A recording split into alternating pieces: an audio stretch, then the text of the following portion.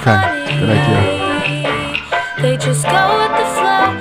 It's the Hershey and Keegs Show.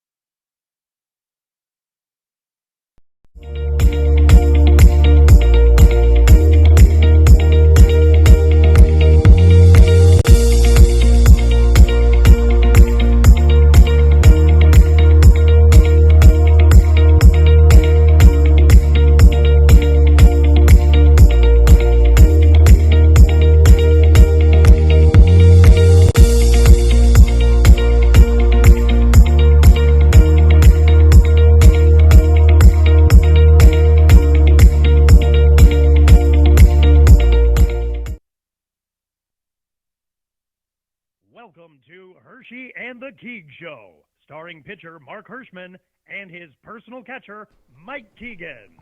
Every Tuesday night at 9 p.m. live from the Governor's Comedy Club radio studio. Thanks so much for listening. All right, ladies and gentlemen, it is Tuesday night, 9 p.m. It's the Hershey and Keegs Show. We got lead in the pencil. Our juices are flowing. We're ready to have some fun. Thank you guys for joining us. We hope you guys had a really nice Christmas, Hanukkah, Kwanzaa, Diwali. Diwali. When is Diwali happening? I think it happened. I think it's at the same time. Okay. I don't know. We'll have to ask one of our Pakistani friends. But yes, we are happy to be here. I'm Mike Keegan, Mark Hirschman, Tony Walker. It's going to be a fun one today. I have a feeling. It's already fun. Feeling fun. Yeah, I feel fun. We have a great guest on. For those of you who don't know, which how would they not know? Exactly. But we have Colin Cosell coming on, who is the PA announcer for the New York Mets. I feel like that's how we should lead in as far as describing who he is, because I'm sure this guy has had a lifetime of being described as Howard Cosell's grandson. Exactly. But that doesn't define him. It doesn't define him, but I'm sure he's proud to build on the legacy. Yeah. No, I know that people describe you as Mike Keegan's son. Yeah, is that your father's name, Mike? Yeah, it is. My dad's name. I didn't even know that until just now. Arthur Keegan's grandson, the great transit NYPD police officer. That was wow. Yeah. My grandfather actually worked with Kareem Abdul-Jabbar's father. Wow. Yeah. Lou Alcindor Sr. Is that so? They were transit cops together, yeah. That you learn something new every day on the Hershey and Keegs Show. Yeah, exactly. Phenomenal. How was your Diwali and Christmas and Kwanzaa? My Diwali was phenomenal. Yeah. I had we had a great Christmas. We did Christmas Eve at my mom's house, and she put together a great event. We had all types of family over. Did you have the 7 fishes? Did you go for the 7 fishes? We don't really do that. I love seafood. A lot of my family doesn't like it, but I love it. We had like 2.5 fishes. 2.5 fishes, okay. We had we had some breaded shrimp. We had some mussels. Okay. And like imitation crab meat. And so like 2.5 fishes. This sounds like as Jewish of a Christmas as anyone could possibly have in I their made life. a lasagna. How was that? It was phenomenal. Really? Yeah, it came out very good. I got the homemade lasagna noodles from A&S in Oceanside. Wow. I kind of went all out. You did go all out. I did my own. I made my own ricotta mixture to put inside of it. A little bechamel. Wow. A little scungil. You put your scungil in it? My scungil. What does this taste like? Oh, that's Mike's scungil. That's Mike's scungil. What's he doing, Tony? If you fucking muzzle that laugh, I'm gonna take your other leg off, Tony. You fuck. Christ Almighty. Sorry. I was watching another podcast today, and I wasn't even enjoying the content so much as I was the sidekick laughing. Yeah, and I'm like, wow, we have a guy who laughs his ass off, but you never fucking know because he's always muzzling up and turning his mic off and gagging himself. Laughs into a Pringles can. I mean, it's just unbelievable. The guy's sitting there with a red gag ball so he doesn't laugh. I mean, what the fuck? I find it annoying. No. No, it's great. It's great. Listen, I laughter appreciate it. breeds laughter. Yeah. Okay. All right. So we've established that we don't want you to speak, but your laugh is adorable. Your laugh is adorable, and it's infectious. And if you watch some of these podcasts, though, like I'm sure you've seen the scene where it's Bobby Lee is being interviewed by those two guys, and he's talking about how he was molested as a kid, Yeah, and exactly. like just the fact that they're fighting back the laughter, Yeah. and he's threatening to leave the show, Exactly, like yeah. that's the best thing. And that's what it is. It's just like that him telling that story just comes up so soon. You can't help but laugh. Exactly. And it makes me laugh as watching it. But then I hear that he was molested. And then Yeah, exactly. So we're gonna. That is the new push for Tony going forward as we resolute into the new year. Tony, did you know I was molested as a child? You were? Yes. Yeah, see, it works. But- it works every time. That's because you volunteered, though. Yeah, exactly. You can't That's because you molest the willing. volunteered. Yeah. I have But to. no.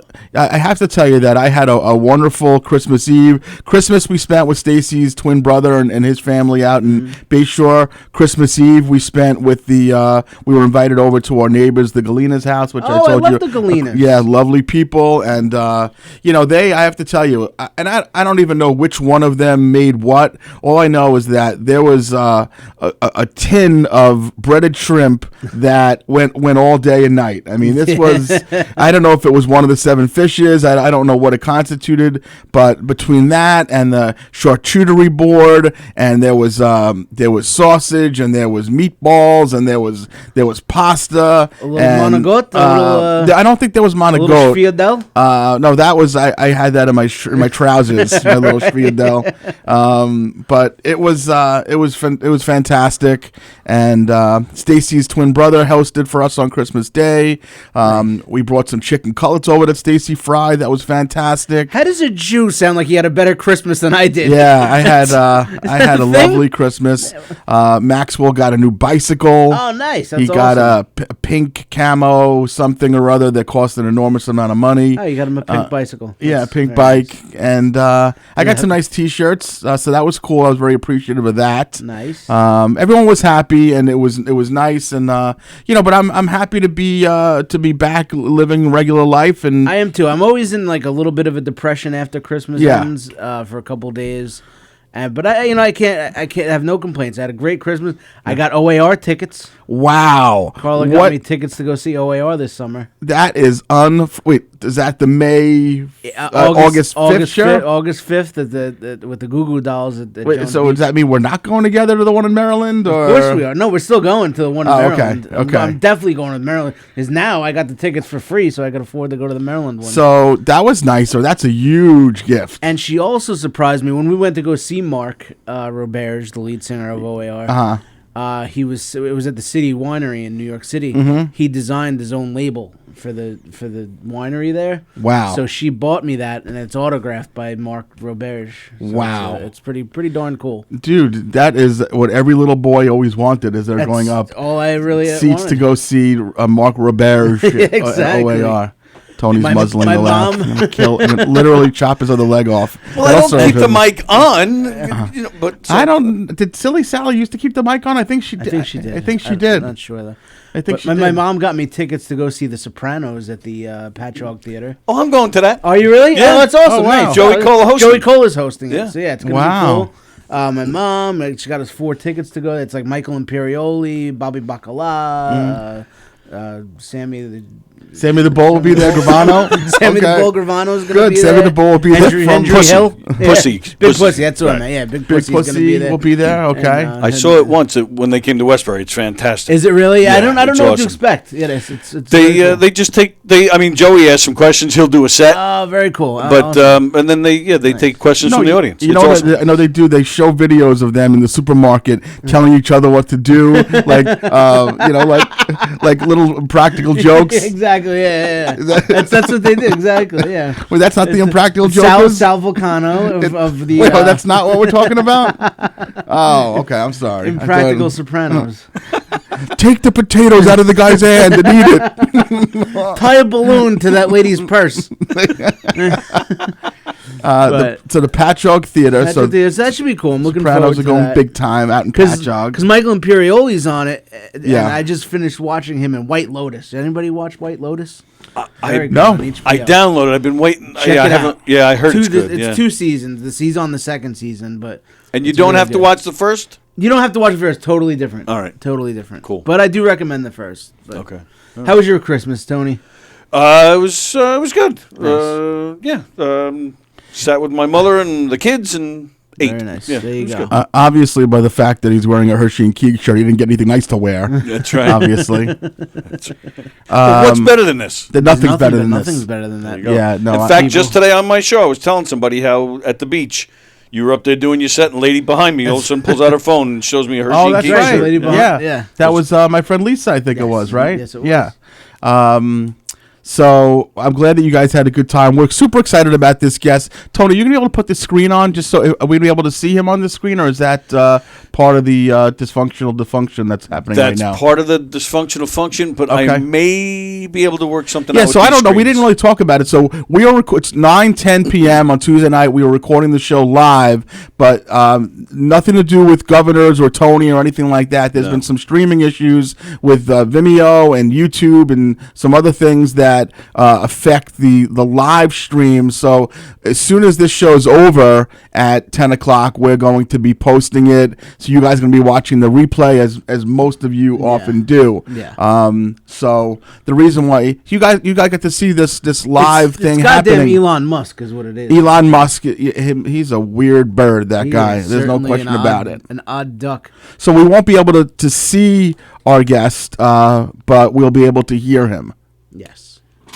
I should be able to get something on these screens. Well, when we replay this back live, will our guest be able to see him though, or just be able to hear him when we replay the show back? The fact that he's coming on Zoom right now, Oh yeah. Yeah, he'll be able to. like you'll see it on your screen. Yes. Oh, okay. Yes. All right, that's good. That's good. Okay. So yeah, he's probably going to be popping up on the Zoom any minute. Yeah, we're just super excited about this. You know, we have a lot to talk about with Colin Cosell. For those of you guys who are fans of the show, we have him do our introduction, the Hershey and the Keegs catcher pitcher, which I don't even know if he knew at the time was a little innuendo. a little Freudian slip Yeah. or something of that nature. Yeah. Yeah, but he said he was going to be popping on at 9:13, and we're gonna go at him with some good stuff. I have some great questions. Yeah. Yeah, some maybe a little Met talk. Very There's some a little interesting. bit of- You know, it's going to be an interesting season for the New York Metropolitans. Yeah, I mean they're in the middle of this Carlos Correa scandal. I so know. Is that deal? Is it done or is it still? I think they're gonna try to get maybe less money or less years with him. We'll see what Scott Boras has to say because he's not gonna. I don't think he's gonna budge. But they, you know, yeah, you know what? It's a degenerative thing that he's got. Maybe they'll get 4 or 5 good years out of him. yeah. All right, And, yeah. So go ahead. Let's give him an introduction. You let me know. All right, give me a second to let him in.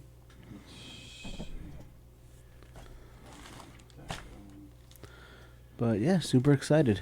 It's we're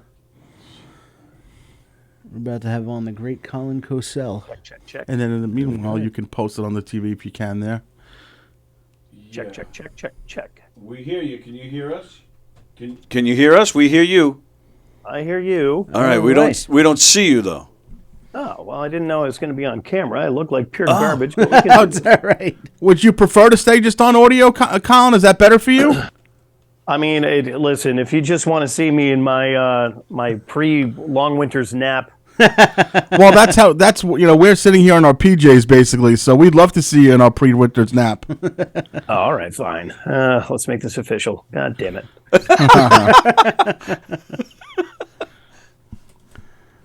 Ta-da! There All right, it get rid of is. this work-related background. Let me do something fun here. Excellent. There you go. As opposed to what's the typical background that you have on there?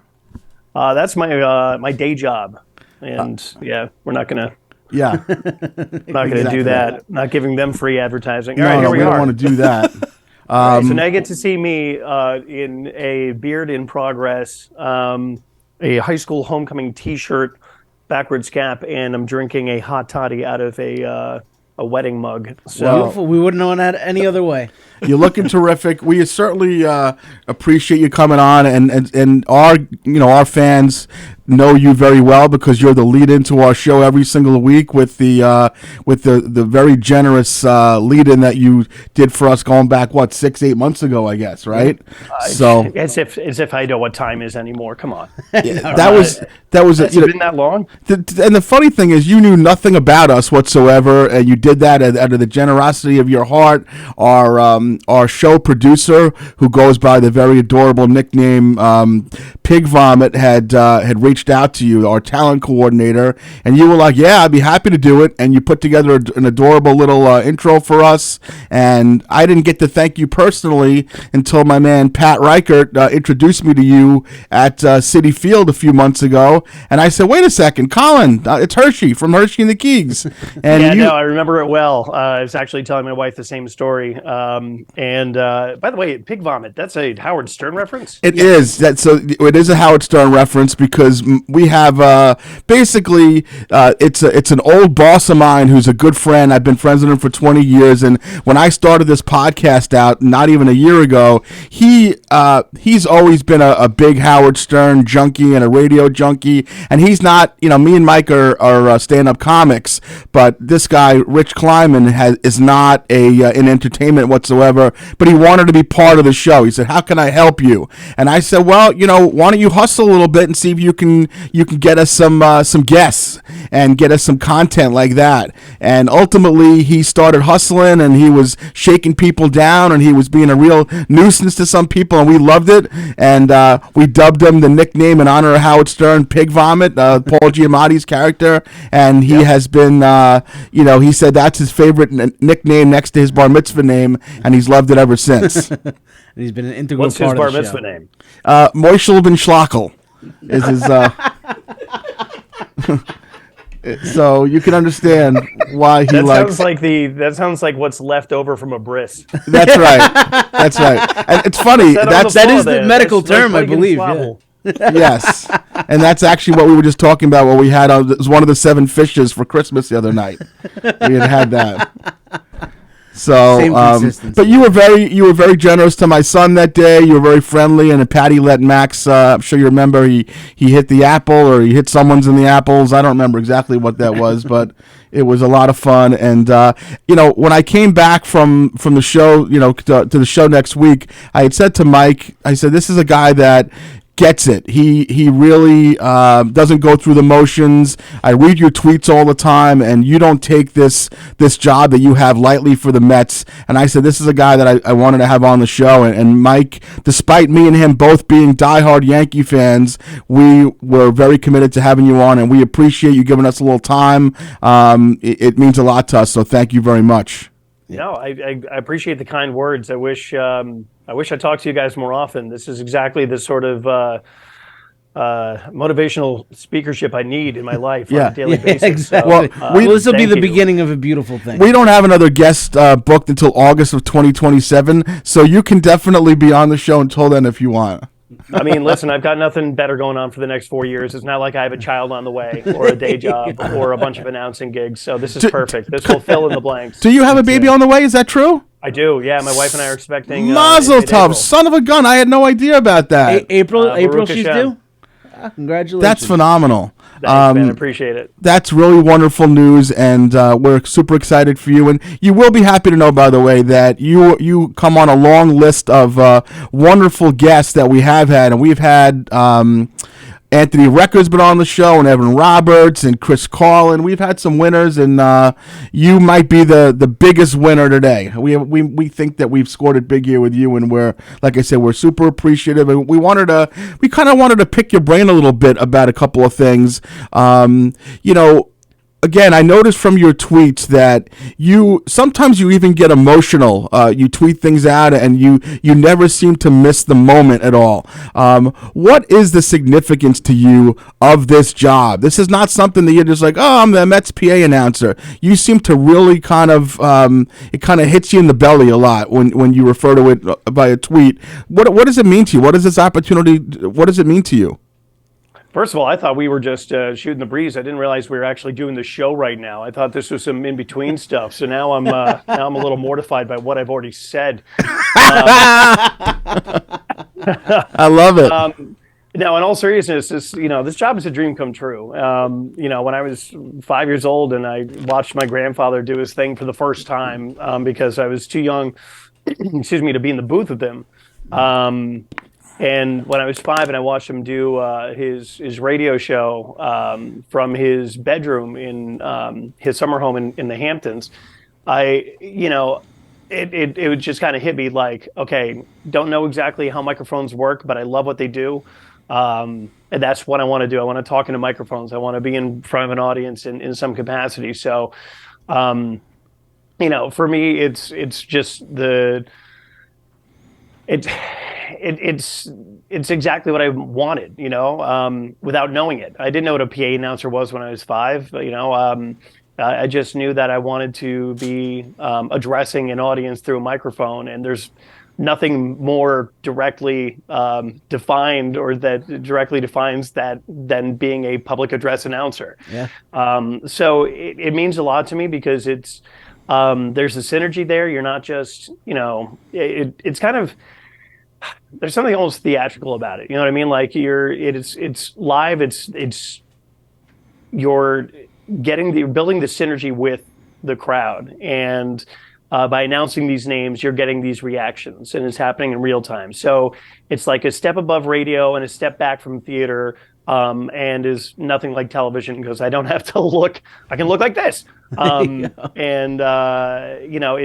there's just something so perfect about it to me that I didn't even know I wanted, but I had always wanted.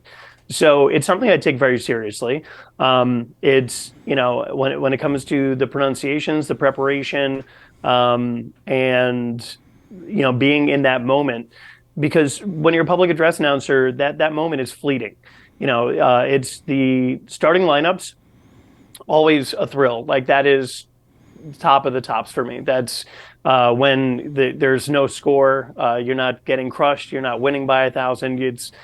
It's just everyone's building up to that ultimate moment of the game starting, and then it's like little ebbs and flows, and it depends on the tenor and cadence of the game itself. If you're going to announce Pete Alonso and he's had 3 consecutive strikeouts, that next time you announce him up to bat, it's not going to be as exciting, and the crowd's not going to react as much as they would that first time you announce him up to bat. So when I posted that, I was very cognizant. Well, first of all, I was very reticent to actually post it, and I played it for my wife, and I watched it back, and I actually cried watching it because I was just like, wow, this is the moment that 5-year-old Colin had always dreamt of. Right. And I was like, should I post this? My wife said, yeah. And so I did, and I've never really put myself out there the way I did right there, but that encapsulates exactly the 33-year journey it took to get to that point. Now, did you grow up? What were your sport teams as a kid, or were you just all about sports journalism and you weren't even focused on any particular team, or did you have certain teams that you really were passionate about? It's funny when it comes to hockey, New York Rangers or bust. Okay. The Islanders, the Devils, the Flyers, the Penguins, any other team out there. There's a couple that I respect, but for the local teams, they can go to hell in a handbasket. Now, when it comes to other teams, it was funny. When I grew up, the first New York championship I witnessed as a child was 1986 in the New York Mets. And so I was like, wow, the Yankees must be the underdogs of New York. Shows you how short-sighted and narrow-minded a child is at age 6. Without getting any history there. So it's just like, you know what? I have no problem with the Yankees and whatever. Same thing with the Giants. They won the Super Bowl not too long thereafter, and I was just like, the Jets must be the underdogs. I was right. Very. Yeah, but even a broken clock is right twice a day. So it was just kind of one of those things where I was just like, you know what? I can root for New York. Now, my buddy Michael Kay would call me a fraud. He would tell me that's not acceptable. And I'm like, well, when it comes to hockey, it is. I will be a Rangers fan, do or die. But, my favorite Super Bowls of all time were the ones that the Giants won against the Patriots as a Jets fan. Like, there's never been a better Super Bowl in my life. Right. except for the Jets actually winning it against the Patriots, and that would never happen. So it was a thing of beauty for me. And in 2000, it was kind of conflicting. It's just like, I don't know, what do I do here? Yeah. In 2006 and was it 6 or 7? Sorry, again, hot toddy. Carlos Yes. Beltran, that last pitch that went by.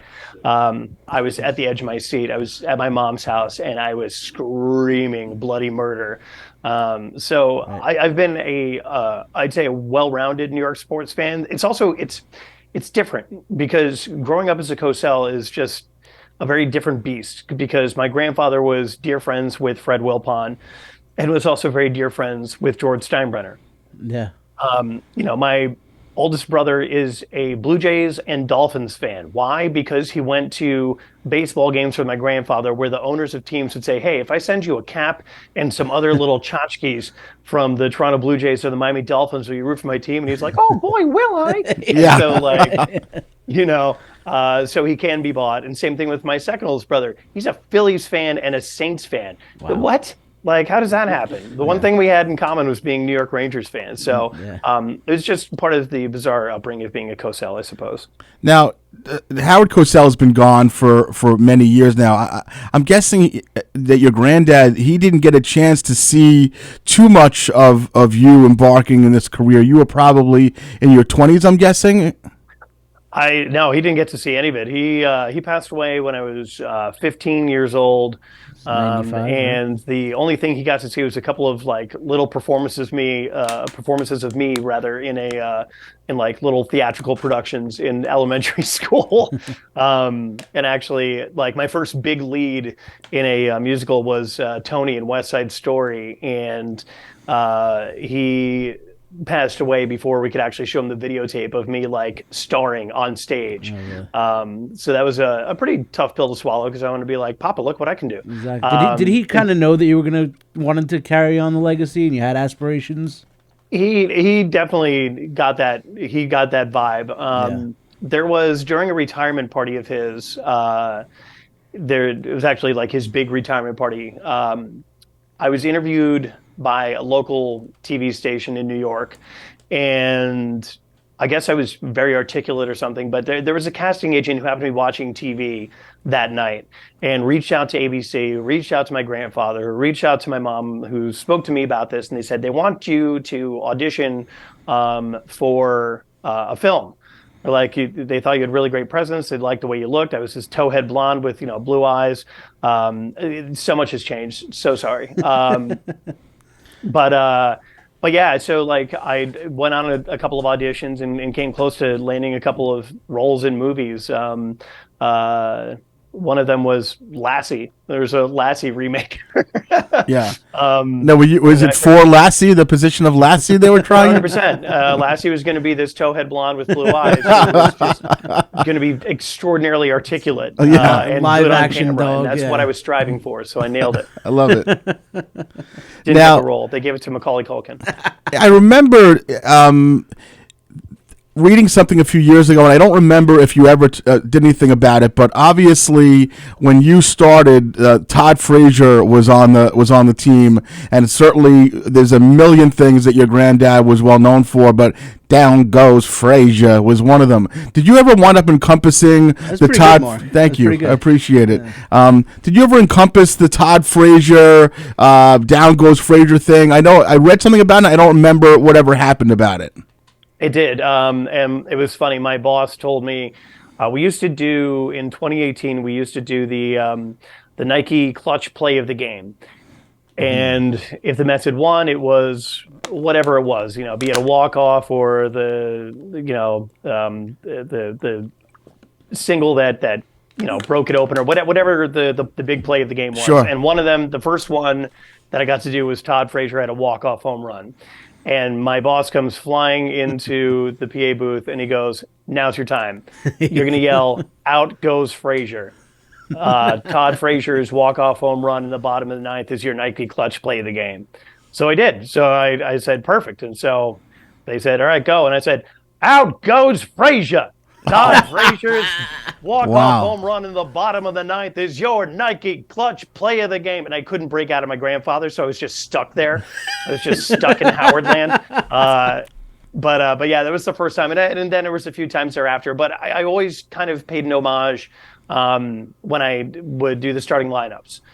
It'd be, the batting seventh, the third baseman, Todd Frazier. That was it. I don't know. I the first time you just said Frazier, I actually got goosebumps on my arm for real. Yeah. Because there's something that can't properly be impersonated unless you're actually a Cosell. Yeah. And there's some sort of nuance that he has that he's not nailing anything. He's being Colin Cosell, Howard Cosell's grandson. Exactly. So that's pretty phenomenal. That must have been a pretty special moment for you, and I'm sure that people around the Mets got a big kick out of that. Yeah.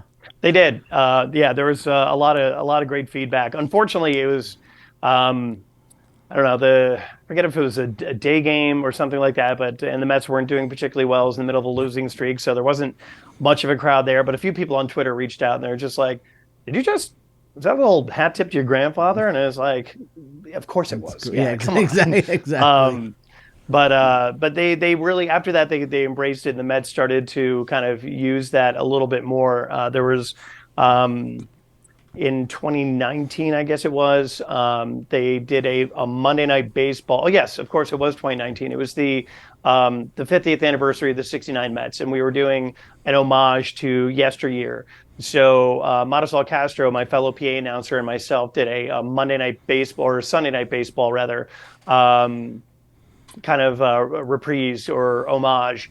And so I pulled out the old mustard yellow ABC sports jacket and wore it. And Madi and I did a whole little montage homage montage. So they embraced it. They loved it. That's and awesome. but they've also, they've really kind of let me become my own beast, so to speak. So the Mets have been incredible with it.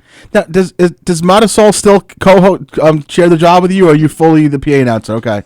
No, no, we alternate series. So we technically, there's 81 games, home games.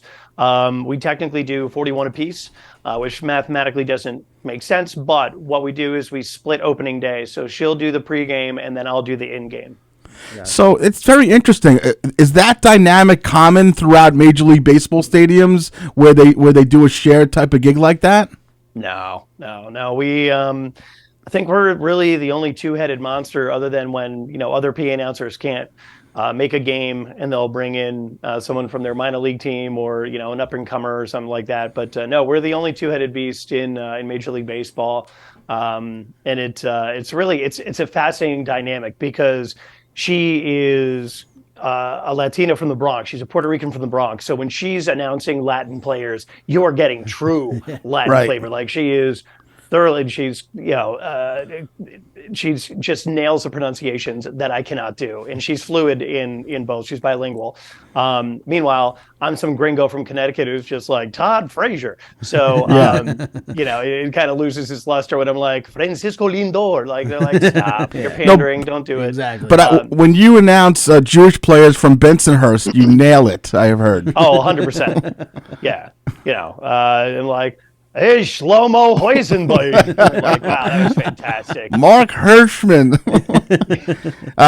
That's phenomenal. So does that look like that's going to, I mean, she's not going anywhere, you're not going anywhere, so you guys are totally content just kind of riding this out for a while? Ideally, I mean, we both have day jobs. We both have lives outside of the Mets. I mean, I honestly wish that I could say that for 41 days out of the year I work, and then the other 324 I don't. But and Madi's on TV. She's on Pix 11 in New York. She's on Monday through Friday from 9 till whenever she's on. Yeah, no, she's great. Yeah, terrific. She's phenomenal at what she does. And it's funny, sometimes worlds collide. Like, she'll have me on as a guest on Pix, and we have an absolute blast. We have a great sibling relationship. It kind of like struck on day one, and it was just like, we're going to mess with each other the way siblings do, but we're going to back each other up the way family does. And it's been like that since day one. And I mean, yeah, we message each other on holidays, like, yeah, Merry Christmas, yeah, Feliz Navidad. Oh, enough with that, whatever. So there's cute. there's actually like a little group thread of us in the PA booth, and we're in constant contact. We have a very tight knit little group. I love it. Now, so I was in that booth and I felt it. I mean, Pat, our mutual friend, who introduced me to you and some other people in the booth there, and I was like, these people love each other. It felt like it was like a frat party in there. Like everyone was just hanging out and eating and just having a great time. They couldn't wait to get rid of you. It's when I'm in there, people refer to it as the frat house of Radio Row. Oh, I didn't know that. But all the ne'er-do-wells just come and hang out with me, and we just sit there, and it's just just BSing. I mean, literally, like they walked Max in, and Max was hitting the button and raising the apple up and down, and I'm like, is this real life here? Like, yeah, Listen, I feel the same way every time I show up to Citi Field. I feel the same way every time I pass Citi Field. Like for my day job, I travel a lot, and if I'm like on my way to LaGuardia or leaving from LaGuardia or on my way to JFK, and there's Citi Field in my sights, and I'm like, my voice fills that stadium. Like Man. that's insane to me. When I park there, I'm like, I look up every time. I look up at the big Citi Field, and I'm like, this is surreal. I hear my friends' voices echoing, bellowing from like the pregame coming out of the stadium, and I'm like, those are my friends and coworkers. Like it's still a pinch me moment every day. And just to kind of, so people who have never been there, which I assume 99% of the people have not, it's only a few footsteps away from where Howie Rose is. How many? 10 feet from you guys? Where he is, and Keith and Gary. I mean, all these guys are there, right there, and this guy is he's just doing his thing. Yeah. Hat pulled back, same type of. It was just. It just felt really like a cool environment to work in, and it seems like you enjoy it just as much as that.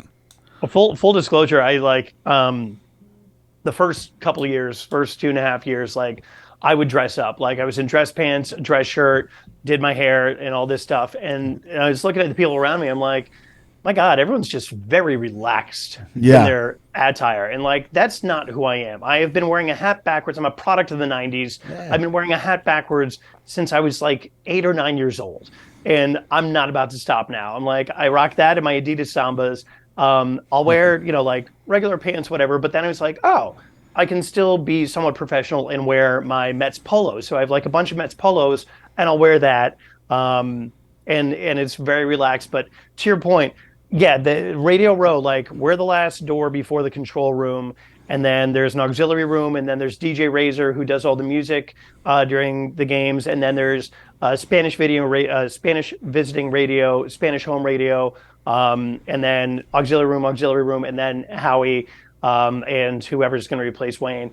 And then there's a little hallway, and then there's the press commissary, where like in the press caf is like a who's who of whatever teams in town, and then of course our talent, and then of course the TV broadcast booth, and we're all there, and we see each other all the time. And at first, it takes a lot for me to get starstruck, but as a New York Rangers fan, Howie Rose is a part of like he's a massive part of my broadcasting history in 1994 with that iconic call of Stephane Matteau's goal, and then a year later, I find myself during a rain delay sitting there watching the NHL playoffs with Howie Rose, and we're just sitting there talking hockey, and it was like, is this real?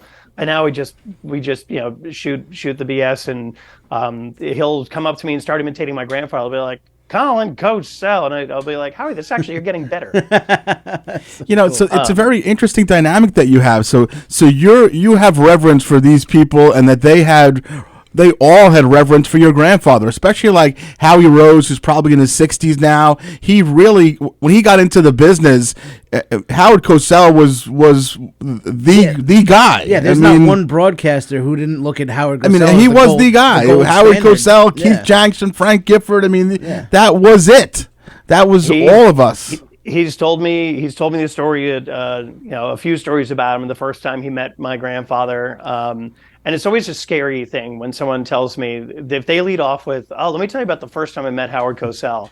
And I'm like, this there's an 80% chance this is not going to end well. Because if my grandfather didn't know who you were and you didn't have a reputation that he respected, you kind of had to earn that respect. Yeah. Because it wasn't him just being an a-hole. It was because he had to work his tail off to get to where he was. He was told he sounded too New York when he was trying to break into TV broadcasting, which meant he sounded too Jewish. And and he had faced anti-Semitism and just people that did not want to see him succeed. And so once he had like earned that right and earned his stripes, he didn't want to be bothered with people. Bob Costas, every time I see him, Bob Costas tells me the same exact story, and it never gets old, about the first time he met him. And he's like, the child Costas, the man who endlessly pontificates about the infield fly rule. Like that's the same amazing. Every time. And then we just sit there and shoot the breeze. And again, for me, it's one of those things where I'm like, these are my peers now. And that is something that is also one of those pinch me moments where I'm like, these are no longer the people I watch on TV. These are my peers. These are I work with, yeah. To a certain degree, it's kind of look up at the sky and be like, hey, Papa, I made it. Mm-hmm.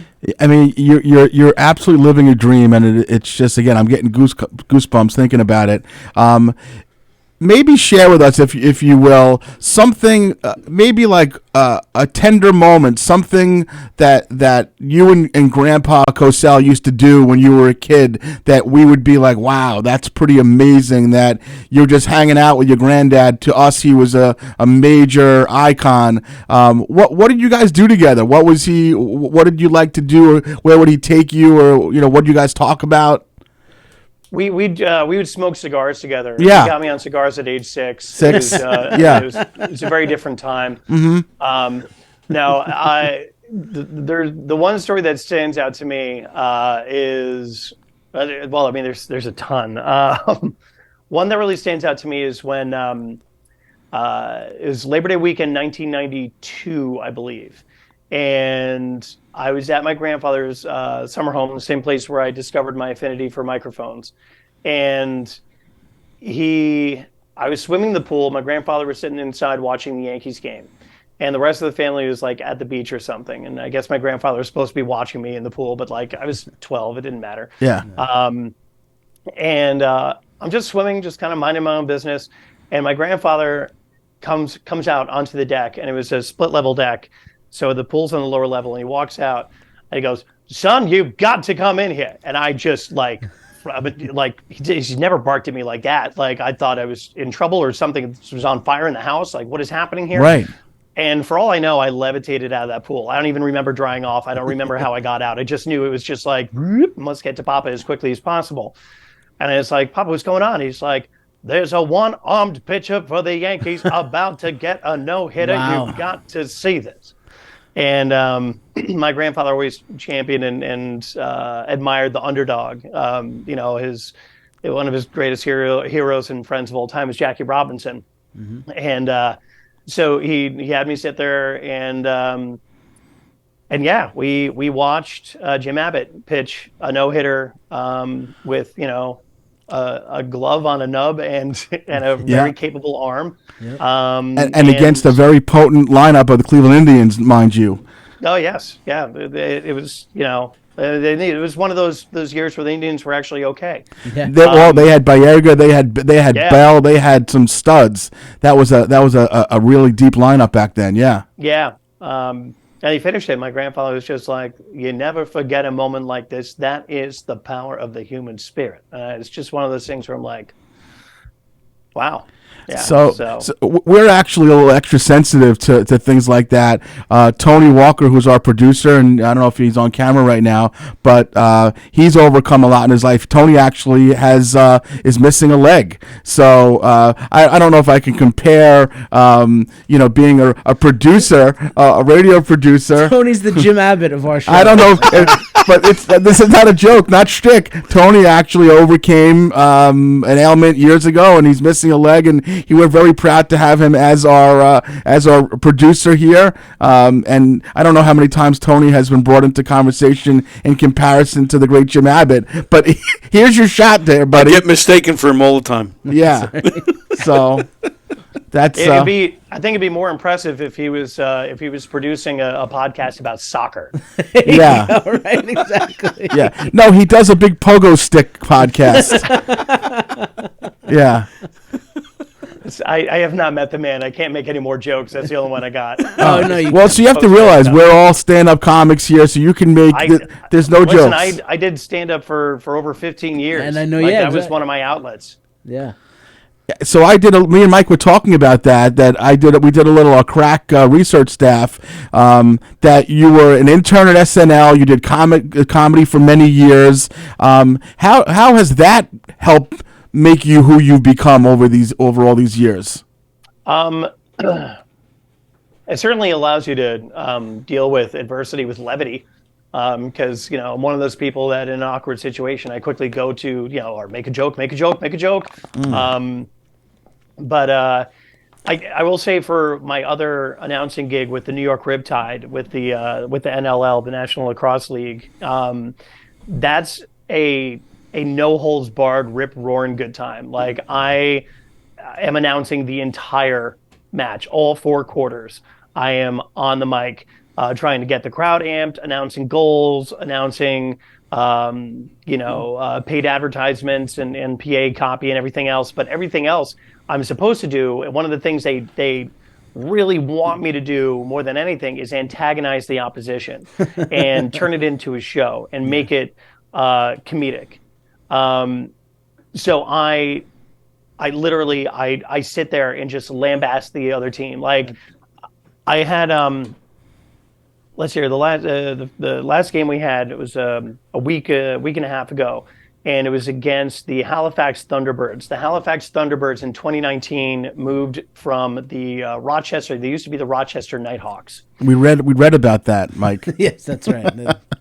The Rochester Nighthawks. Yeah. Yes, which is now a team that became. I guess they brought them back. I don't know. I'm still getting acclimated to the whole thing, but. So when I announce a team, I'm like, here's the New York Riptide, and it's just like this big boisterous thing, and then I'll say something really, just douchey about the other team. Amazing. I'm like, and fans, because I'm contractually obligated, and also because you've got to have respect for anyone who's able to escape Rochester, New York. Here they are, the Halifax Thunderbirds. That's phenomenal. That's great that you get to use your comedy skill set and roasting And it's cool. it's a lot of it's improvisational. Like I'll do some prep work. I'll do just a Google search of hey, give me 10 fun facts about Halifax, Nova Scotia. And they'll be like, every day at noon, they shoot off a cannon in honor of the British Army that came through in 1852. And I'm like, they've been doing this every day since 1852. So I said, fans, if you don't like the fact that Halifax just scored 6 unanswered goals, just keep in mind that every day they fire a cannon at 12 noon. And that means their number one export is human excrement and dogs that just Oh my God, That's great. No, where do these games play? The New York Riptide, is it the Coliseum? Yeah, the Coliseum. Yeah, I go all the time. Or You know what? The Mausoleum, Nassau Coliseum. What are your thoughts on? Still smells like asbestos. What are your thoughts on the sleaze? So we still have the sleaze. He's a buddy of ours. He's in here all the time. It's no kidding. Fat Jay. Is it Fat Jay? Yeah. What is the sleaze? I thought that was my nickname when I was in Hebrew school. That's just you what I call you. call When him, you Fat Jay? That's what he goes by, Fat Jay. There's a comic named Fat Jay. Is the sleaze? Is that the one who has to beat people in races? Yeah. Or is that? Yeah. Well, that's what. What do they call it in the real one? The guy at the Atlanta Brave games. The Freeze. Yes. The freeze. The freeze, right? So the Riptide has the sleaze, and it's Fat Jay. He goes out there with the face covering and a cape, and he's bare chested. oh shit! Does he ever win the race? No. No, and sometimes I'll leave the penalty box and I'll run up and try to distract him. I'll start running aside alongside him and trying to interview him. And poor guy is just Winded. starting to turn purple. He's not just struggling for the sake of the audience. The man is struggling. Yes. He's a wonderful guy. He's on this in the studio constantly. Plays the so club next a lot, time you yeah. see him, he's a comic here in the He's a great Governor's Comedy comedian. Club. He was Great here comic. today with me. He was here today during the day. Yeah. So next time you see him, does my buddy Peter Schwartz affiliated with that Riptide thing as well? You know, Peter Peter Schwartz is affiliated with every team in every booth and anywhere there's a microphone that will hire Peter Schwartz. Peter Schwartz is a buddy of mine as well. That man has occupied more booths than Kardashians have NBA locker rooms. Like, too soon? No, not too soon. No, because it's funny. I live in the same town as Peter Schwartz, and I never had met him, but I knew who he was, and I was at a football game watching my son play flag football a couple of months ago, and one of the other parents came up and said, "Hey, I heard you interviewed Chris Carlin on your podcast," and somehow we were talking about some of my guests, and then a woman standing next to this guy is like, "Wait a second, you must know Peter Schwartz. You must know Peter Schwartz." I can't get him out of my mind, Peter Hirsch. And I'm like, "Yeah, I know of Peter Schwartz, but I don't know who he is." And she's like, "He's right here." And then I got to meet Peter Schwartz, and we've been, bullshitting. He's going to come on the show as well. So I assumed you knew him in some sort of fashion. Yeah, no, I love Peter, and he's got a lovely wife and two lovely boys. He's a hell of a guy and a hell of a hard worker too. And he is. Man, it's incredible. Like he just pops up everywhere. It's incredible. He had the hosting spot on Thursday night, FAN, 11 p.m. to 2 a.m. He was on the radio. There's not a station I haven't heard him on. I think I heard him on the Spanish station one day being like, yeah. Bienvenido a Telemundo de Radio, me llamo Pedro Schwartz. Right. Right. That's exactly right. I'm like, dude, he was on the Korean station? Like, the dude's everywhere. He's a tour de force. He's a good ton of shumma, as my grandfather would say. He's a really nice guy, and I can't wait to have him on the show, because then he can make fun of you as well. So that's going to be exciting. Actually, just make me a surprise guest in the background. Just be like, and speaking of Colin, here he is now. And I'll be like, Peter, you should be announcing for the Little League's World Championship in South Vietnam. No, he actually does. He does like a high school league as well. I know he does some games as well. He does everything. Yeah. He does everything. He does professional figure skating. I heard he's done rifle shooting. Like, he's just. Yeah, he does skeet shooting as well. That's big. I think he announced the launch of the James Webb Telescope. Like, the guy's just everywhere. Yep, he was there when they walked on the moon for the first time. Oh, this is exciting. When they invented the car, he was just like, "This is Peter Schwartz. I'm standing here with Henry Ford. Tell me about the factory life. How do you do it?" Oh man, we got more than we bargained for today with Colin Cosell. Yeah, this is exciting. We're gonna let you go, but I want to hear quickly from you. And I know Mike and I were talking about this before the show. Is Correa going to be a Met, or is he not going to be a Met? What do you think? I have no idea. I just happen to get up in the middle of the night because I'm in my mid-40s now, and getting up in the middle of the night to use the restroom is a thing, I guess. Yes, very much so. Yeah. Yeah. So, and I just happen to it's just kind of shuffling back to bed, and I was looking on Twitter, and it's just like, oh my God. So I'm just kind of, I'm like still trying to grasp what happened there. I don't know. I don't get involved in the rumor mill. I just know that no matter what, we're in phenomenal hands with Uncle Steve. And I know that he's not going to sell the farm literally. And regardless, you have a ridiculous lineup that you're going to be able to announce this year. Oh, yeah. I'm not worried about it. There's a trade deadline. There's still options out there. And he's looking to win now but build a future. And I love that vision. I mean, I think, no matter what happens, I don't care. We have Correa. Awesome. I've already practiced the lineup 4 different variations, including Darren Ruff. Why would I do that? Right. Well, actually, and you make sure, because Peter Schwartz might get some left-handed DH at bats this year. So listen, if Peter Schwartz enters my booth, so help me God, there's going to be fisticuffs. He's coming. I'm coming there. Patty's going to bring me and Max, and I'm going to bring Keegs, and I'm going to bring Tony. We're going to hit the Apple together. We're gonna buy you a dinner or lunch, and we're going to have a great time. I'm going to a Riptide game. That sounds like all. You know what? January 7th. I'll hook you guys up with tickets.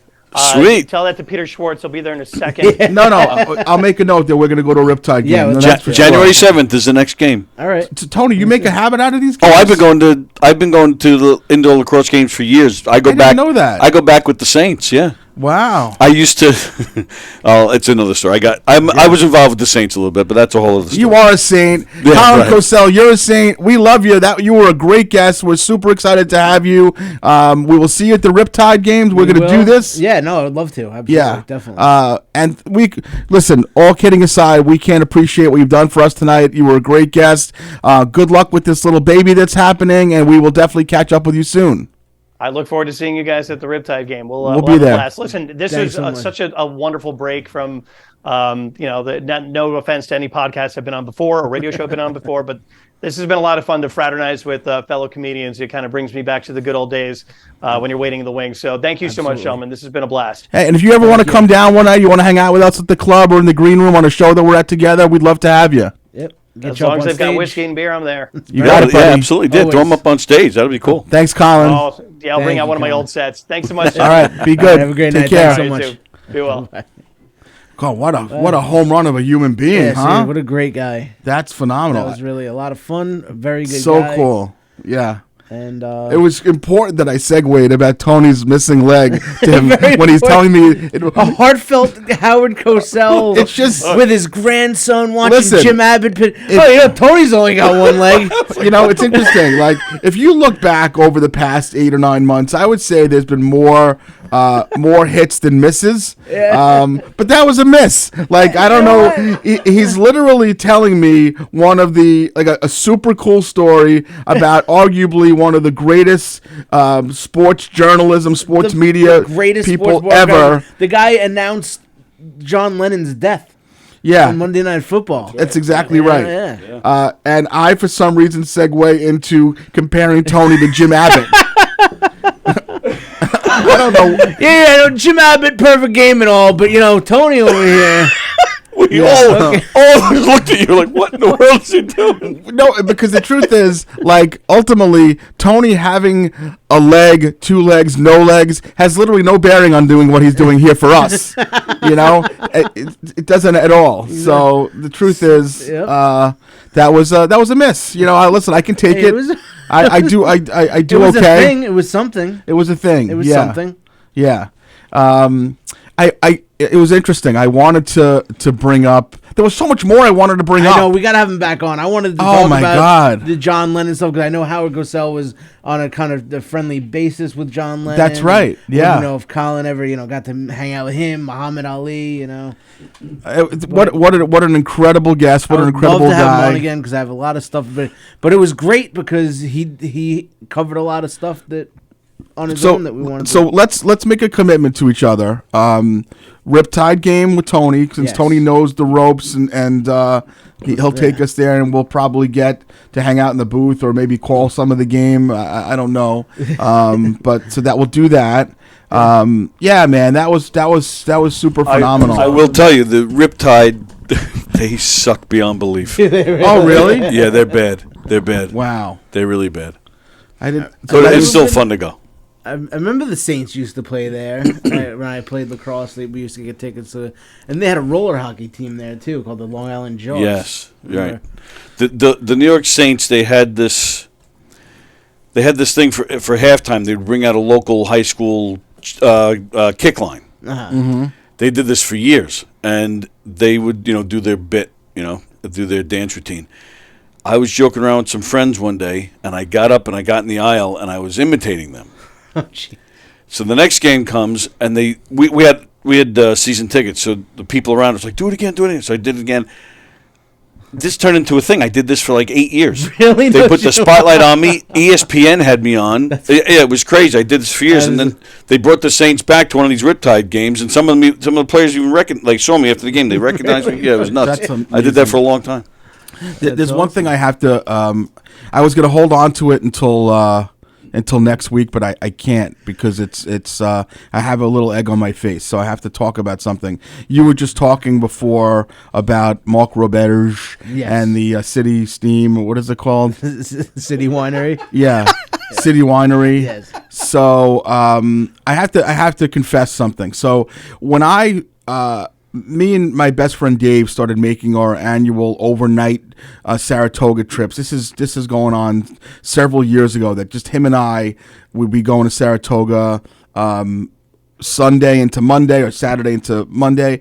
This one particular Sunday night many years ago, we were at a bar called Gaffney's and hopping Saratoga town, and we had a couple of drinks, and there was a band that started playing. It was just a woman and a man who I later learned that they became married, and she's a vocalist. He plays bass guitar, blah, blah, blah, blah, blah. They do a lot of cover stuff, but they also do original stuff, and we got to become friendly with them, where we would go every year. We would see them. I would make sure I knew when they were playing at Gaffney's or somewhere else.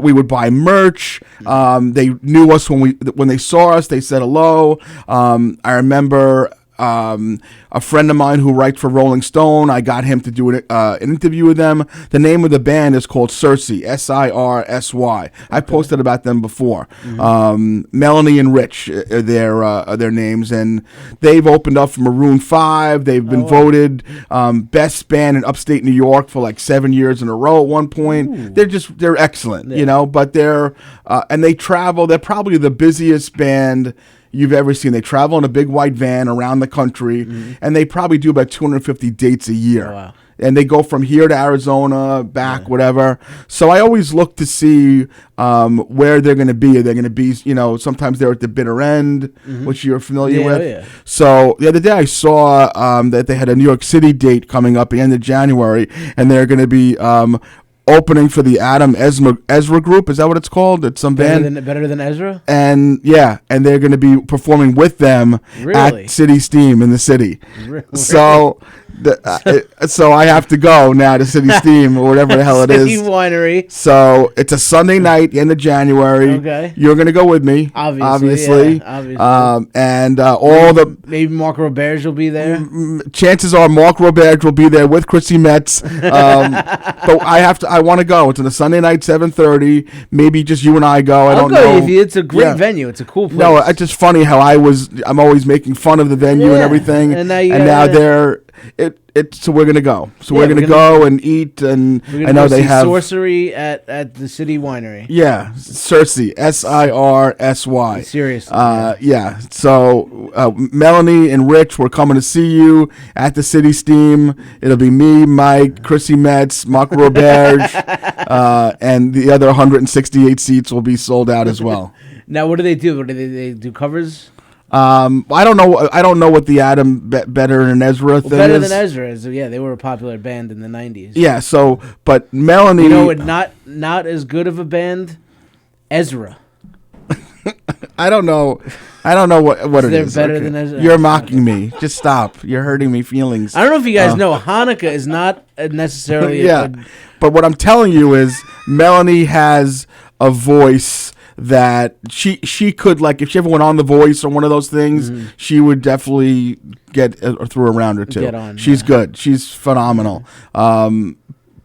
Doesn't matter. We're gonna go see it. We're gonna go. We're going to see Better Than Ezra. Yeah. We're gonna go see Herschy. Yeah. Herschy. Yeah. So I wanted to tell you about that. I think I want to close the show tonight with something that's very important. And we've gone on and pontificated about Tony's importance to us, and he is important. One leg, no legs, doesn't matter.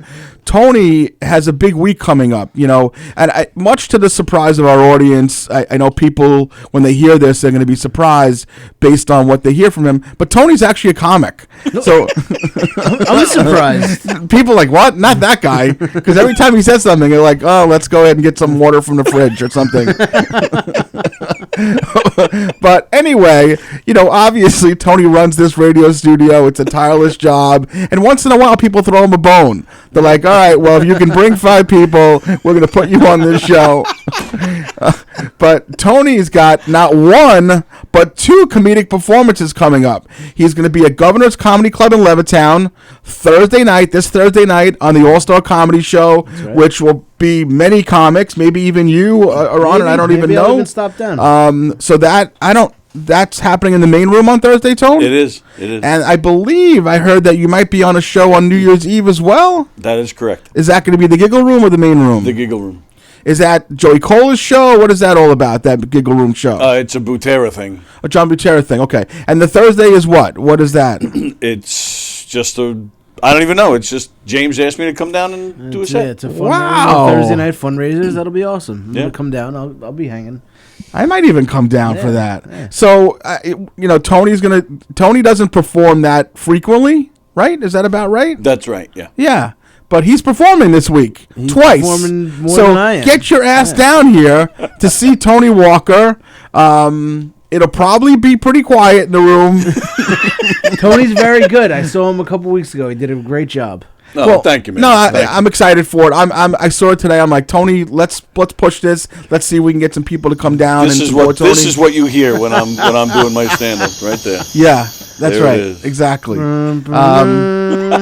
Oh God.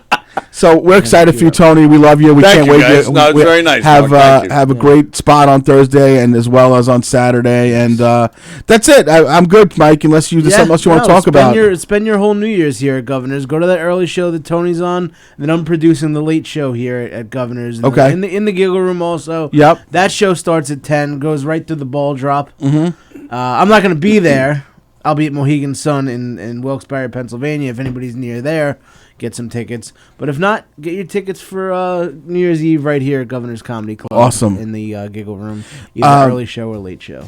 We wish you guys a happy and healthy New Year. We'll see you after the New Year. We appreciate you as always. For those of you who were disappointed that you couldn't watch this live tonight, we're sorry. We have nothing we could do. What the fuck do you want us to we do? we have no fucking idea. I don't know. We have no idea. We're lucky Tony shows up every week. We have no fucking clue what's happening. What do you want from me? So you'll be watching this by 10:30 tonight or whatever it is. Yep. And that's it. That's a wrap. Thanks for watching. Thanks for listening. Happy and healthy New Year. Spread the we love word you. for us. We'll see you in the new year. Have a great night. Happy New Year, guys.